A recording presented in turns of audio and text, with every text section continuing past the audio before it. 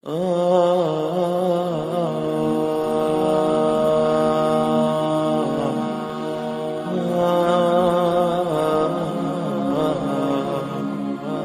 مرتبہ میں ایک کتاب پڑھ رہی تھی، مجھے اس وقت شاید ڈاکٹر رچرڈ براؤن کی تھی، ریورٹ تھے. انہوں نے لکھا ہوا تھا کہ وہ مسلمان کیسے ہوئے. انہوں نے بتایا تھا کہ انہوں نے کئی ریلیجیس ٹیکسٹ پڑھے. بائی برتھ وہ کرسچن تھے، جب پیدا ہوئے تھے تو کسی کرسچن گھرانے میں انہوں نے آنکھ کھولی تھی، اور ان کے اندر یہ کریونگ تھی. کمپیریٹیو ریلیجن انہوں نے پڑھا تھا، اور ان کے اندر کریونگ تھی کہ وہ ریلیجیس ٹیکسٹ بہت زیادہ پڑھا کرتے تھے. لکھتے ہیں کہ میں نے کئی کتابیں پڑھی مختلف مذاہب کی.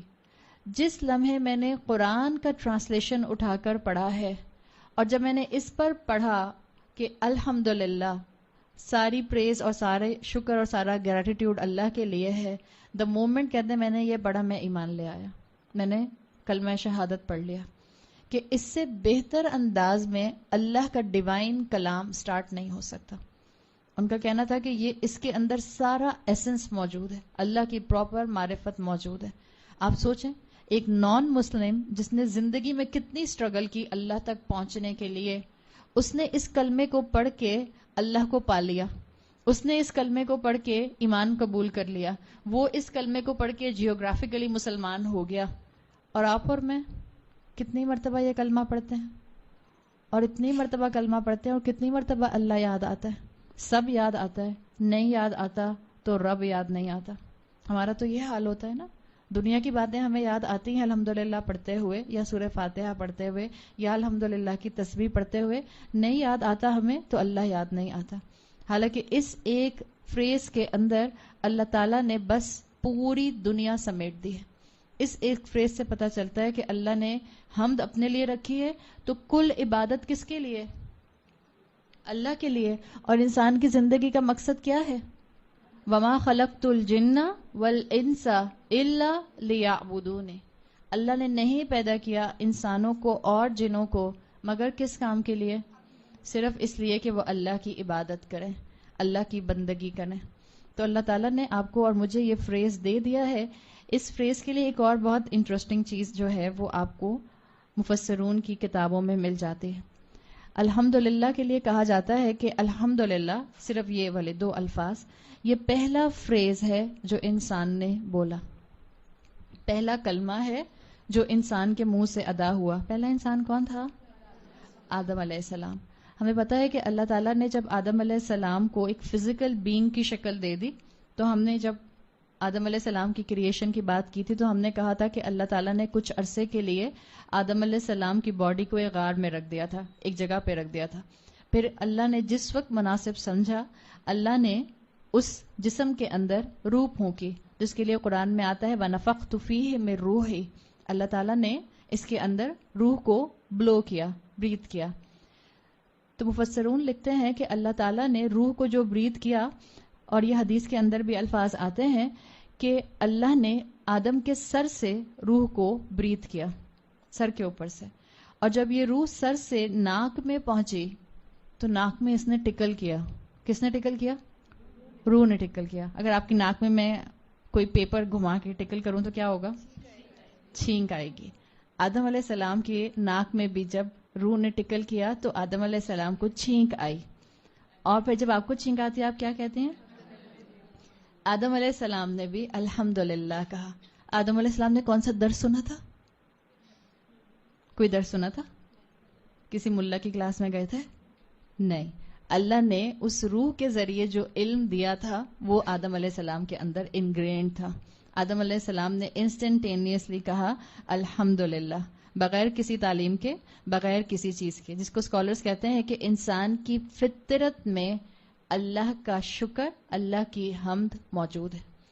جیسے آدم علیہ السلام نے بغیر کسی تعلیم کے، بغیر کسی درسگاہ کے ناک میں ٹکل ہونے پر فوراً الحمدللہ بولا، ایسے ہی اگر انسان کی روح سلامت ہو، جس کو کہتے ہیں نا سلیم الفطرت انسان. اب سلیم الفطرت انسان کو ڈھونڈے گا مت ڈائریکٹری میں جا کے کون ہے سلیم الفطرت، نمبر ڈھونڈ لوں کون ہے.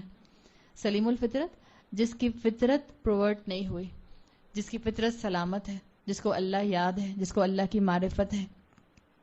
تو اللہ تعالیٰ نے انسان کی فطرت میں یہ الحمدللہ کا کلمہ رکھا ہے. آدم علیہ السلام جانتے تھے کہ حمد کے قابل صرف اللہ کی ذات ہے، تو اسی لیے پہلا لفظ جو انسان نے بولا وہ تھا الحمدللہ. اور جب آپ الحمدللہ کہتی ہیں، سامنے والا سنتا ہے، تو جواب میں کیا کہنا ہوتا ہے؟ یرحمک اللہ، یعنی اللہ تم پر رحم کرے. تو احادیث میں آتا ہے کہ جب آدم علیہ السلام نے الحمدللہ کہا، اللہ تعالیٰ نے کہا یا آدم یرحمک اللہ، اے آدم اللہ تم پر اپنا رحم کرے. تو یہ پہلا کلام تھا جو آدم علیہ السلام نے کیا، اور یہ پہلا رسپانس تھا جو کہ اللہ کی طرف سے آدم علیہ السلام کو دیا گیا. اسی طرح سے حدیث میں آتا ہے، حضرت عائشہ سے روایت ہے، رسول اللہ صلی اللہ علیہ وسلم کو جب کوئی چیز اچھی لگتی تھی، یعنی جب خوش ہوتے تھے، جب کوئی نعمت ملتی تھی، جب آپ کو کسی چیز کو دیکھ کر خوشی ہوتی تھی، تو آپ کہا کرتے تھے الحمدللہ الذی بنعمتہ تتم الصالحات. اللہ کی حمد کیا کرتے تھے کہ یقیناً اللہ ہی کی حمد ہے جس نے صالحات کو مکمل کیا، یعنی جس نے نعمت کو اللہ نے جس نعمت کو عطا کیا. اسی طرح سے حدیث میں آتا ہے کہ جب اللہ کے رسول کو کوئی چیز ناپسند لگتی تھی تو آپ کہا کرتے تھے، یا مشکل آتی تھی، یا غم آتا تھا، یا پریشانی آتی تھی، تب کہا کرتے تھے الحمدللہ علی کل حال، اللہ کا ہر حال میں شکر ہے. ہم سمجھتے ہیں ہم زیادہ تر خوشی میں کہیں گے الحمدللہ علی کل حال. اللہ کے رسول صلی اللہ علیہ وسلم غم اور پریشانی میں الحمدللہ علی کل حال کہا کرتے تھے، یعنی نو میٹر میری زندگی میں کیا سچویشن آئے. آپ دیکھیں دونوں سچویشنز میں رسول اللہ نے کون سا کلمہ استعمال کیا؟ الحمدللہ کا کلمہ استعمال کیا. خوشی آئے تو الحمدللہ، تکلیف پہنچے، غم آئے تو الحمدللہ. یہ چیز مجھے اور آپ کو سکھائی جا رہی ہے، اور میں اور آپ زندگی میں کوئی اپرچونٹی مس نہ کریں الحمدللہ کہنے کی. مثال کے طور پر آپ یہاں کلاس میں آنے کے لیے کھڑی ہوئی ہیں، چلیں آپ ابھی یہاں سے نکل کے باہر جائیں گی. آپ نے ڈرائیور سے کہا تھا کہ 4 بجے پہنچ جائے، ڈرائیور نہیں آیا، اور ڈرائیور آیا 4:07 پہ. وہ 4:07 آپ کو لگ رہے ہوں گے 7 گھنٹے. اتنی دیر میں، جتنی دیر میں آپ ڈرائیور کا انتظار کرتی رہیں، ہم ہوں تو کیا پڑھیں؟ استغفر اللہ، انا للہ و انا الیہ راجعون. کتنی دفعہ ہماری زبان سے الحمدللہ نکلے گا؟ نہیں نکلتا نا. کوشش کر کے نکالنے کی کوشش کریں. آپ استغفار پڑھتی ہیں، اچھی بات ہے، اس سے بھی گناہ معاف ہو جائیں گے، لیکن آپ اس کانشیسنس کے ساتھ الحمدللہ بولیے کہ رسول اللہ صلی اللہ علیہ وسلم مشکل کے اوپر بھی الحمدللہ علی کل حال کہا کرتے تھے. تو میں بھی سنت کا اجر کما لوں، میں بھی اس وقت جو ہے وہ سنت کے طور پر الحمدللہ کہہ لوں. تو کوشش کریں کہ ہر اپرچونٹی کو اویل کریں. اللہ تعالیٰ نے اتنے سارے موقع آپ کے اور میرے سامنے رکھ دیے ہیں کہ اتنے بڑے بڑے مواقع کے اوپر الحمدللہ کا کلمہ بولا جائے گا. روز محشر رسول اللہ حمد کریں گے، اللہ کے فرشتے اللہ کے عرش کے گرد حمد کرتے ہیں.